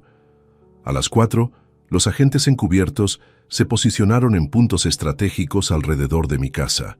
Uno en el parque infantil frente a la entrada principal, otro en la cafetería de la esquina, un tercero caminando con un perro prestado por el vecindario. A las 5:10 vi el Seat León negro de Adrián estacionarse frente a mi casa. Llevaba puesto un suéter gris oscuro y pantalones vaqueros, aparentando casualidad, pero noté que cargaba una mochila pequeña que normalmente no traía consigo. «Hola, papá», me saludó con un abrazo que ahora me resultaba repugnante, sabiendo que provenía de las mismas manos que habían asesinado a su madre. «Adelante, hijo, siéntate en el sofá. ¿Quieres café?» «Sí, por favor». «¿Cómo te has sentido estos días?» Mientras preparaba el café en la cocina, consciente de que cada movimiento estaba siendo grabado, noté que Adrián exploraba discretamente la sala con la mirada, como si evaluara algo específico. «He estado reflexionando mucho sobre el futuro. Comencé cuando regresé con las tazas. Ya no soy joven, y la muerte de tu madre me ha hecho pensar en mi propia mortalidad». Sus ojos se iluminaron con interés, apenas disimulado. «Es natural, papá. Perder a mamá ha sido duro para ambos. Adrián, necesito preguntarte algo directamente. Si algo me pasara mañana, ¿estarías preparado para manejar todos los asuntos familiares? La casa, las inversiones, los seguros». Se inclinó hacia adelante, su lenguaje corporal revelando total atención. «Por supuesto, papá. Puedes confiar completamente en mí. Es que hay tantos detalles complicados. Cuentas bancarias en diferentes instituciones, inversiones en fondos mutuos, la póliza de seguro de vida por 200.000 euros. Mentí deliberadamente sobre la cantidad del seguro para provocar su reacción». Sus ojos se agrandaron ligeramente. «No sabía que tenías un seguro tan considerable. Tu madre insistió en mantenerlo actualizado. Decía que era nuestra responsabilidad asegurar tu futuro económico». Adrián se quedó en silencio por unos momentos, aparentemente calculando cifras mentalmente. «Papá, ¿has actualizado tu testamento desde la muerte de mamá?» La pregunta directa confirmaba sus intenciones. «No he tenido tiempo todavía. ¿Por qué lo preguntas?» «Bueno, es importante mantener estos documentos actualizados. Nunca se sabe cuándo pueden ser necesarios». Durante los siguientes 40 minutos, Adrián hizo múltiples preguntas sobre mis finanzas, mi estado de salud, mis planes futuros. Cada pregunta estaba diseñada para evaluar cuánto tiempo más tendría que esperar antes de poder ejecutar su plan homicida. Entonces, con una frialdad que me heló los huesos, me hizo la pregunta que necesitábamos grabar. «Papá, después de ver sufrir tanto a mamá, ¿no crees que a veces es más misericordioso ayudar a alguien a descansar en paz?» La pregunta de Adrián sobre ayudar a descansar en paz quedó suspendida en el aire de la sala como una confesión implícita de sus intenciones asesinas. Sabía que cada palabra estaba siendo grabada con calidad profesional por los equipos del inspector Morales, pero necesitaba mantener la conversación fluida para obtener evidencia aún más incriminatoria. «¿A qué te refieres exactamente con ayudar a descansar?», le pregunté, fingiendo curiosidad paternal mientras mi corazón latía violentamente. Adrián se reclinó en el sofá, aparentemente relajándose, al creer que había encontrado una apertura en mi resistencia moral. Bueno, papá, hay maneras discretas de evitar sufrimientos prolongados, medicamentos que pueden acelerar un proceso natural cuando alguien ya está débil. ¿Cómo hiciste con tu madre? Las palabras salieron de mi boca antes de que pudiera detenerlas. Adrián se tensó inmediatamente. Sus ojos se aguzaron con desconfianza súbita. ¿Qué quieres decir? Nada específico. Traté de recuperarme rápidamente. Solo que Isabel parecía muy cansada en sus últimas semanas, como si ya no tuviera fuerzas para seguir luchando. Su expresión se relajó parcialmente, pero pude notar que había activado su estado de alerta. Mamá estaba sufriendo mucho. Era doloroso verla así. Sí, pero al menos ahora está en paz. Exactamente. Y tú, papá, después de todo lo que has pasado, mereces la misma tranquilidad cuando llegue tu momento. La conversación había tomado un rumbo peligroso, pero necesitaba continuar extrayendo confesiones. ¿Tienes experiencia con estos métodos discretos? Adrián sonrió con una expresión que me resultó absolutamente terrorífica. He investigado bastante sobre el tema. Hay sustancias que son prácticamente indetectables si se administran correctamente. ¿Qué tipo de sustancias? Medicamentos cardíacos en dosis elevadas pueden simular un infarto natural. Sedantes mezclados con alcohol pueden parecer un accidente. La clave está en conocer las cantidades exactas y los métodos de administración. Cada palabra que pronunciaba era evidencia adicional de premeditación criminal. Pero entonces, de manera completamente inesperada, sacó de su mochila un pequeño frasco de pastillas blancas. De hecho, papá, he traído algo que puede ayudarte a relajarte mejor por las noches. Sé que has tenido problemas para dormir desde la muerte de mamá. El frasco contenía aproximadamente 20 pastillas que parecían idénticas a la digoxina que Isabel había estado tomando. Mi entrenamiento con el inspector Morales me había preparado para este momento, pero enfrentarlo en la realidad era infinitamente más aterrador. Es muy considerado de tu parte, hijo. Estas pastillas son especiales, continuó Adrián con entusiasmo genuino. 1 o 2 te ayudarán a dormir profundamente. 3 o 4 te garantizarán el descanso más peaceful que puedas imaginar. La palabra peaceful, pronunciada en inglés en medio de nuestra conversación en español, me pareció especialmente siniestra, como si estuviera citando algún manual de asesinato que había estudiado. ¿Dónde conseguiste estas pastillas? Tengo mis contactos. El farmacéutico de la calle Regina me debe algunos favores desde mis épocas más difíciles. Estaba refiriéndose claramente al período cuando consumía drogas regularmente y tenía conexiones con traficantes y proveedores ilegales de medicamentos. Ahora esas mismas conexiones le servían para obtener armas químicas homicidas. ¿Quieres que tome una ahora?, pregunté, necesitando provocar una respuesta más explícita. Bueno, Adrián hizo una pausa calculada. Podrías tomar 2 o 3 con un poco de vino. Te ayudará a procesar mejor la pérdida de mamá y quizás encontrar la paz que tanto necesitas. Era imposible interpretar sus palabras de manera inocente. Estaba sugiriéndome literalmente que me suicidara usando las pastillas que había traído específicamente para ese propósito. ¿Y si no funciona? Oh, funcionará. Estas pastillas son muy efectivas, especialmente si las combinas con tu medicación actual para la presión arterial. Adrián sabía perfectamente que yo tomaba enalapril diariamente para controlar mi hipertensión. La combinación que sugería sería letal, y él lo sabía. En ese momento, decidí empujar la conversación hacia su confesión más directa. Adrián, necesito preguntarte algo muy serio. ¿Tú ayudaste a tu madre a encontrar paz durante sus últimos días? Sus ojos brillaron con algo que solo puedo describir como orgullo criminal. Papá, mamá estaba sufriendo terriblemente. Los médicos dijeron que podía vivir así durante años, dependiendo completamente de cuidados, sin dignidad, gastando todos nuestros ahorros familiares en tratamientos inútiles. Entonces, le proporcioné la misericordia que el sistema médico le negaba. Aumenté gradualmente sus dosis de digoxina y agregué algunos sedantes suaves para que no sintiera dolor. Murió tranquilamente, sin agonía prolongada. Había confesado completamente el asesinato de su madre, y los equipos de grabación habían capturado cada palabra. Pero necesitaba obtener también evidencia clara sobre sus planes para conmigo. ¿Y crees que yo podría beneficiarme del mismo acto de misericordia? Papá, tú tienes 67 años, has vivido una vida completa, has perdido a tu compañera de toda la vida, y físicamente ya no eres el hombre fuerte que solías ser. ¿Realmente quieres pasar los próximos años deteriorándote lentamente, dependiendo de cuidadores extraños, gastando toda tu herencia en hospitales y medicamentos? ¿Qué propones?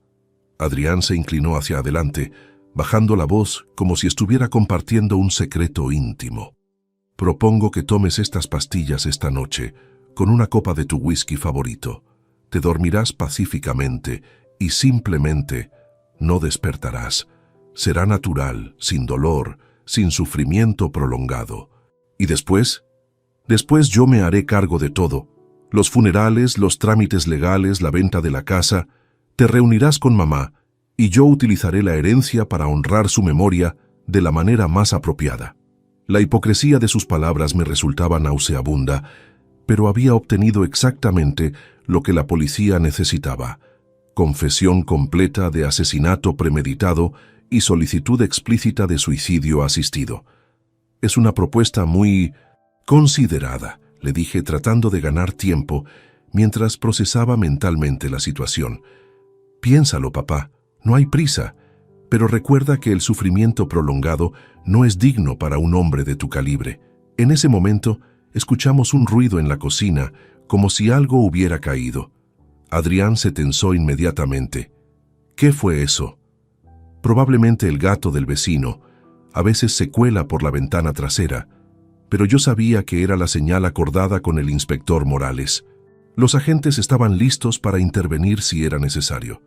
Adrián, decidí hacer una última pregunta crucial. ¿Qué harías si yo no aceptara tu propuesta voluntariamente? Su expresión cambió sutilmente, mostrando por primera vez una dureza genuina. Bueno, papá, hay otras maneras de asegurar que encuentres la paz que necesitas. Accidentes domésticos, problemas cardíacos súbitos, caídas inexplicables. Los hombres de tu edad son vulnerables a muchas circunstancias imprevistas. ¿Me estás amenazando? No, papá. Te estoy explicando las realidades de la vida. Con o sin tu cooperación, vas a encontrar la paz muy pronto. Preferiría que fuera por tu propia decisión, pero si es necesario. No terminó la frase, pero su significado era cristalino. Si no me suicidaba voluntariamente esa noche usando sus pastillas, él encontraría otra manera de asesinarme en los próximos días. Creo que necesito tiempo para pensar en tu propuesta, le dije finalmente. Por supuesto, pero no demasiado tiempo. Cada día que pases sufriendo es un día perdido. Adrián guardó el frasco de pastillas en la mesa de centro, como si fuera un regalo envenenado esperando a ser abierto. Después se puso de pie, aparentemente satisfecho con los resultados de nuestra conversación. Me voy ahora, papá. Piensa en lo que hemos hablado. Mañana por la mañana pasaré a ver cómo te sientes. Hasta mañana, hijo. Cuando cerró la puerta principal tras él, me quedé inmóvil durante varios minutos, procesando la magnitud de lo que había experimentado. Mi propio hijo no solo había confesado haber asesinado a su madre, sino que me había proporcionado literalmente los medios para suicidarme, y después me había amenazado con matarme si no cooperaba voluntariamente. 5 minutos después de que Adrián se marchara, el inspector Morales entró por la puerta trasera junto con 3 agentes más. «¿Rodrigo se encuentra bien?», fue su primera pregunta. «Físicamente sí, pero emocionalmente. No sé cómo procesar lo que acabo de escuchar. Ha sido extraordinariamente valiente. La grabación que hemos obtenido es evidencia suficiente para garantizar una condena por asesinato en primer grado y conspiración homicida». Morales recogió el frasco de pastillas usando guantes de látex. «Vamos a analizar inmediatamente el contenido de estas pastillas. Apuesto a que contienen dosis letales de los mismos medicamentos que usó para matar a su madre. ¿Cuándo lo van a arrestar?» «Mañana por la mañana, cuando regrese para verificar su decisión.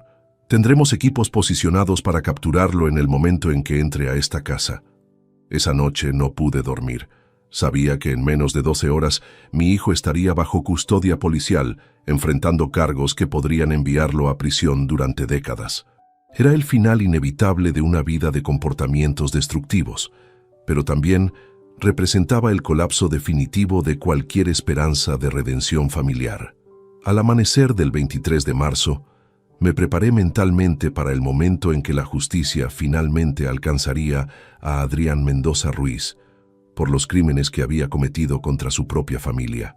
La mañana del 23 de marzo de 2024 será recordada para siempre como el día en que la justicia alcanzó finalmente a mi hijo. A las 8:30 en punto, tal como había prometido la noche anterior, el Seat León negro de Adrián se estacionó frente a mi casa. Desde la ventana del primer piso, pude observar cómo se bajaba del vehículo con movimientos confiados, cargando nuevamente su mochila, probablemente conteniendo más instrumentos para su plan homicida. El inspector Morales y su equipo habían transformado mi barrio en una red de vigilancia invisible. Agentes vestidos de civil ocupaban posiciones estratégicas. Uno leía el periódico en el banco del parque, otro paseaba un perro prestado. Un tercero fingía reparar su motocicleta cerca de la esquina. Coches camuflados se ubicaban en puntos que permitían bloquear cualquier ruta de escape. Cuando Adrián tocó el timbre a las 8:45, abrí la puerta con la misma naturalidad de siempre, consciente de que sería nuestra última conversación como padre e hijo libres. «Buenos días, papá», me saludó con esa sonrisa falsa que ahora reconocía como máscara de depredador. «¿Cómo dormiste anoche?» «Muy mal, la verdad. Estuve pensando mucho en nuestra conversación de ayer». Sus ojos se iluminaron con expectativa apenas contenida. «¿Y llegaste a alguna conclusión?» «Sí, pero prefiero que hablemos adentro». Mientras caminábamos hacia la sala, noté que Adrián observaba discretamente si había movido el frasco de pastillas que había dejado sobre la mesa de centro. Permanecía exactamente en la misma posición, y su expresión mostró satisfacción al confirmarlo. «Adrián», comencé una vez que nos sentamos, «después de reflexionar toda la noche, creo que tienes razón sobre muchas cosas». Se inclinó hacia adelante, completamente enfocado. ¿Sobre qué específicamente?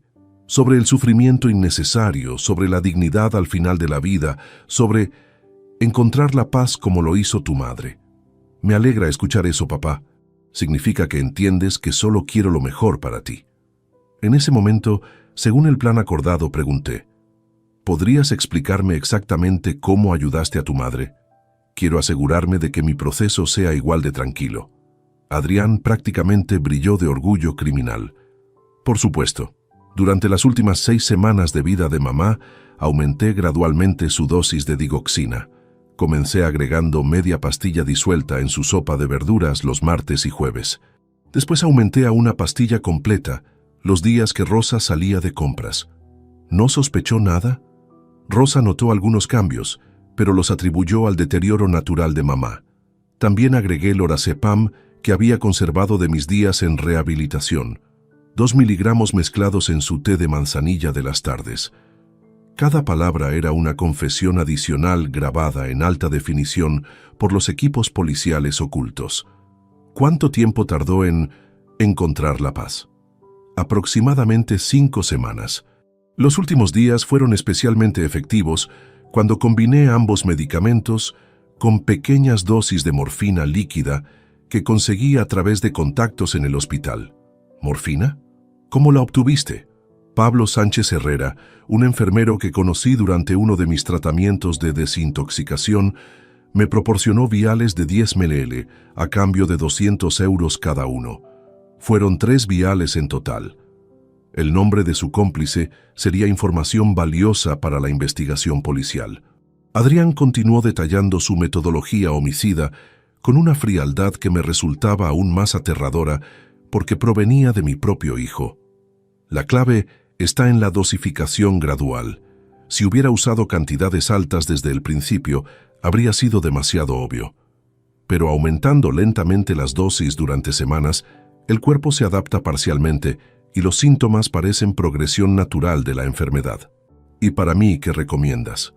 Para ti será más simple porque no tienes enfermera vigilante. Las pastillas que traje ayer contienen 0.5 miligramos de digoxina cada una. Si tomas 6 pastillas con un vaso de whisky esta noche, estarás dormido en 2 horas y no despertarás nunca. 6 pastillas es la dosis perfecta para tu peso corporal y edad. Será completamente indoloro, te lo prometo. Entonces hice la pregunta que el inspector Morales había considerado crucial. ¿Qué pasa si cambio de opinión y no quiero tomar las pastillas voluntariamente? La máscara amable de Adrián se desvaneció completamente, revelando la crueldad genuina que había estado ocultando durante décadas. Papá, ya hemos llegado demasiado lejos para echarnos atrás. Si no tomas las pastillas voluntariamente esta noche, mañana tendré que encontrar otra solución. ¿Qué tipo de solución? Podría mezclar las pastillas trituradas en tu café matutino, o sabotear los frenos de tu coche para que tengas un accidente en la carretera de Carmona. O simplemente venir una noche mientras duermes y administrarte una inyección de insulina que simulará un coma diabético fatal. ¿Tienes insulina? Pablo también me consiguió jeringas precargadas de insulina rápida. 50 unidades directamente en el cuello producen shock hipoglucémico inmediato. Para un hombre de tu edad sería fatal en menos de 20 minutos. La planificación meticulosa de mi asesinato me horrorizaba, pero también confirmaba que habíamos tomado la decisión correcta al involucrar a las autoridades. Adrián, hay algo que necesito entender. ¿Por qué estás tan dispuesto a matarme? Soy tu padre. Su respuesta reveló la profundidad de su sociopatía. Papá, tú y mamá han sido obstáculos para mi verdadero potencial durante toda mi vida. Siempre criticándome, enviándome a terapias, limitando mi acceso al dinero que legítimamente me pertenece como hijo único. Te hemos apoyado económicamente durante décadas. ¡Migajas!, gritó súbitamente, mostrando la ira que había estado conteniendo. 1.500 euros mensuales, cuando esta casa vale 400.000, cuando tienes casi 1 millón en ahorros, cuando podrías haberme dado la independencia económica que merezco. ¿Y ahora? Ahora, con ustedes muertos, tendré acceso completo a todo. Natalia y yo nos mudaremos a Costa Rica, donde viviremos como merecemos. Compraremos una finca en Manuel Antonio, un yate, viajaremos por el mundo sin preocuparnos nunca más por dinero. ¿Ya tienen planes específicos? Hemos investigado exhaustivamente. Con 1.200.000 euros podemos vivir lujosamente en Costa Rica durante 20 años. Después, si es necesario, regresaremos a España y nos instalaremos en Marbella o Ibiza. La conversación fue interrumpida por el sonido de mi teléfono móvil. Era la señal acordada con Morales. Disculpa un momento, Adrián. Debo contestar esta llamada. Por supuesto, papá, tómate tu tiempo.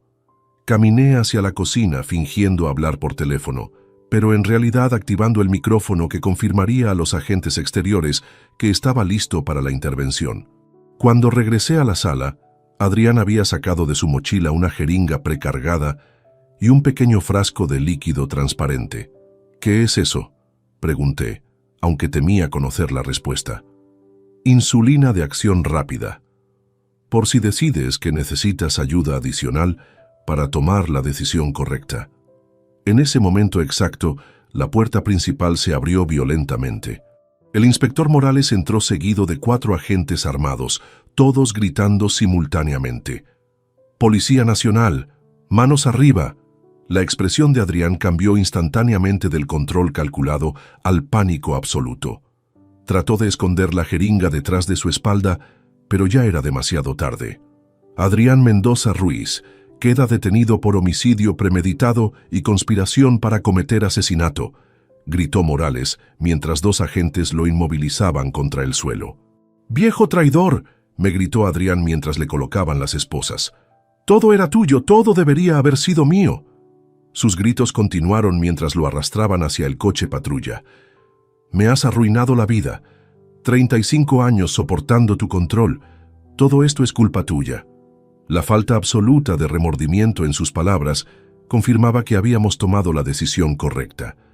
Incluso enfrentando arrestos por asesinato, Adrián me culpaba a mí por sus propias decisiones criminales. El juicio comenzó 6 meses después, en septiembre de 2024. El fiscal Dr. Antonio Herrera Valdés presentó un caso meticuloso que incluía las grabaciones completas, análisis forenses detallados, testimonios médicos sobre envenenamiento y evidencia física de todos los medicamentos que Adrián había usado para asesinar a Isabel. Rosa testificó durante 3 horas, describiendo cada irregularidad que había observado.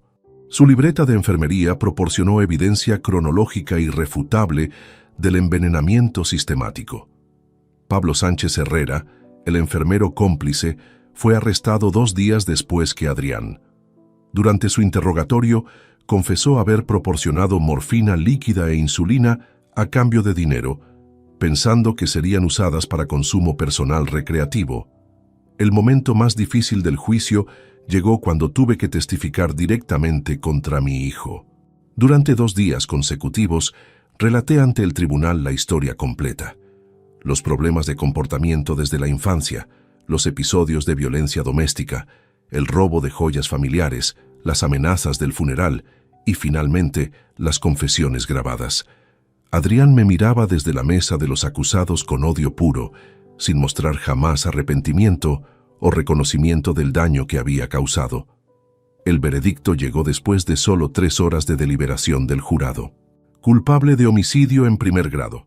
Culpable de conspiración para cometer homicidio. Culpable de posesión ilegal de sustancias controladas. La sentencia fue pronunciada una semana después. 25 años de prisión sin posibilidad de libertad condicional hasta cumplir al menos 15 años. Natalia Vega Santos recibió 8 años como cómplice por conocimiento y apoyo a los planes criminales. Cuando el juez leyó la sentencia, Adrián no mostró emoción alguna. Simplemente me miró una última vez con esa expresión de odio que había reemplazado definitivamente cualquier vestigio del niño que una vez creí amar incondicionalmente. Al salir del tribunal, el inspector Morales me acompañó hasta mi coche. «Rodrigo, sé que esto ha sido extremadamente difícil para usted. Testificar contra su propio hijo requiere un coraje extraordinario. Era lo que Isabel habría querido», le respondí. «Ella siempre creyó en la justicia. Mi hijo había elegido el camino del mal, pero yo había elegido el camino de la justicia. Isabel podía descansar en paz sabiendo que su asesino enfrentaría las consecuencias completas de sus acciones monstruosas. Han transcurrido 2 años desde que el martillo del juez selló definitivamente el destino de Adrián Mendoza Ruiz. 2 años en los cuales he tenido que reconstruir no solamente mi vida cotidiana, sino también mi comprensión fundamental sobre la paternidad, la familia y el perdón. Escribo estas líneas finales desde el estudio de mi nueva casa en el barrio de Triana, un apartamento más pequeño pero lleno de luz que compré después de vender la propiedad de Los Remedios, donde ocurrieron tantos episodios dolorosos. La decisión de mudarme no fue fácil. Aquella casa contenía 42 años de recuerdos compartidos con Isabel. Nuestras primeras discusiones sobre decoración en 1982, las navidades familiares cuando Adrián aún era un niño inocente, las tardes de domingo leyendo periódicos en el jardín trasero que Isabel cuidaba con tanto esmero, pero también albergaba los últimos 6 meses de agonía de mi esposa y la revelación de la monstruosidad de nuestro hijo. El producto de la venta, 385,000 euros según la tasación final de febrero de 2025, se destinó íntegramente a las organizaciones benéficas especificadas en mi testamento revisado. Cáritas Sevilla utilizó su porción para establecer un centro de atención a familias en crisis doméstica. La ironía no se me escapó. El dinero manchado por el crimen de Adrián ahora servía para proteger a otras familias de situaciones de violencia similar. Mi rutina actual habría sido impensable hace 3 años, cuando mi vida giraba completamente alrededor del cuidado de Isabel y la preocupación constante por los problemas de Adrián. Ahora me levanto cada mañana a las 7, desayuno tranquilamente mientras leo las noticias y dedico las primeras horas del día a correspondencia relacionada con la Fundación Isabel Ruiz Mendoza, la organización que establecí para administrar las becas universitarias en memoria de mi esposa. Hasta la fecha, hemos otorgado 23 becas completas a estudiantes de pedagogía provenientes de familias trabajadoras. Cada semestre recibo cartas de estos jóvenes contándome sobre sus progresos académicos, sus sueños de convertirse en maestros, sus planes para transformar la educación andaluza. Leer estas cartas me conecta con el legado verdadero de Isabel, mucho más significativo que cualquier herencia material que Adrián hubiera podido dilapidar. Los martes y jueves por la tarde trabajo como voluntario en el Hogar de Ancianos Sagrado Corazón, en la calle Resolana. Inicialmente, comencé esta actividad como terapia personal, buscando propósito después de la tragedia familiar, pero se ha convertido en una de mis fuentes más grandes de satisfacción.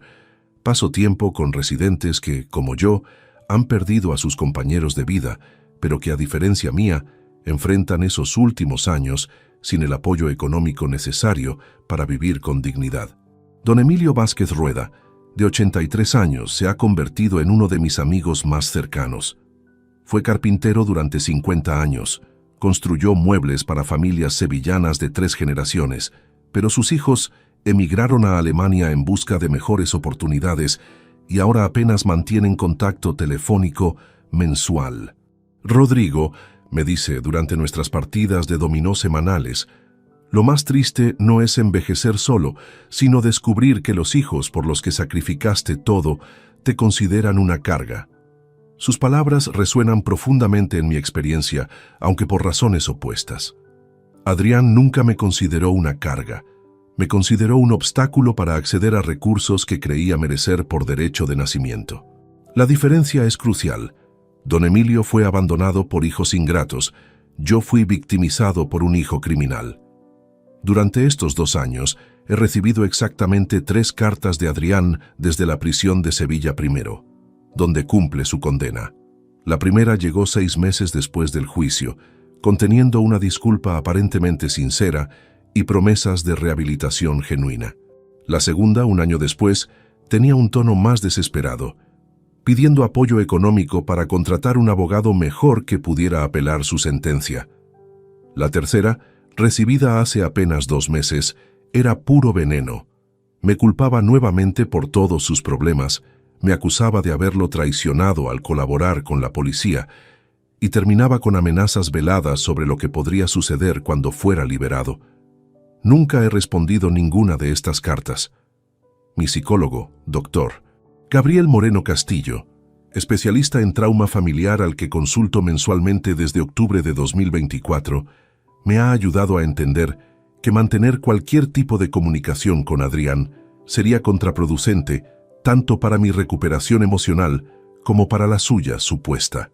Rodrigo, me explicó durante una de nuestras sesiones, usted no tiene obligación moral de mantener relación con alguien que intentó asesinarlo, sin importar los lazos biológicos que los conecten.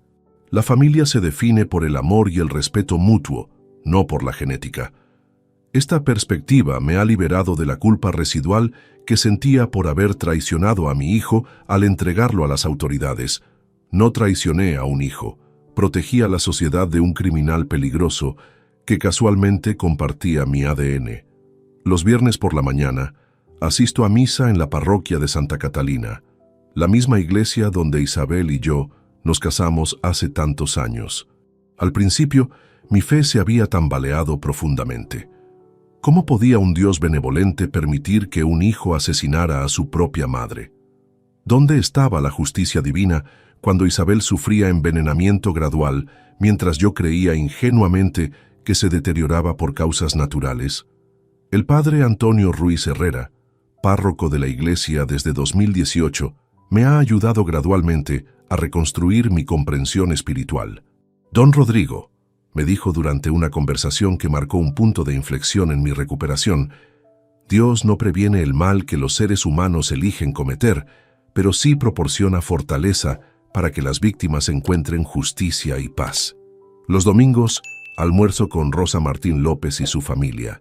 La enfermera que cuidó a Isabel durante sus últimos meses se ha convertido en una amiga invaluable, alguien que compartió esos momentos finales y comprende tanto mi dolor como mi gratitud por haber logrado que su asesino enfrente las consecuencias. «Don Rodrigo», me dijo Rosa durante nuestro último almuerzo familiar, «doña Isabel estaría muy orgullosa de todo lo que usted ha logrado estos 2 años. Usted honró su memoria buscando justicia, pero también la honra todos los días, ayudando a estudiantes y ancianos. He comenzado también a viajar, algo que Isabel y yo siempre posponemos por responsabilidades familiares y preocupaciones económicas.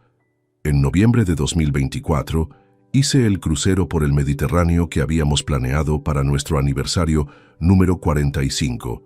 Visité Oporto, Portugal, destino que Isabel mencionó durante nuestra última cena familiar antes de su derrame cerebral. Estos viajes no son escapismo del dolor, sino celebraciones de la libertad que he recuperado después de décadas dedicadas a cuidar a una esposa enferma y preocuparme por un hijo problemático.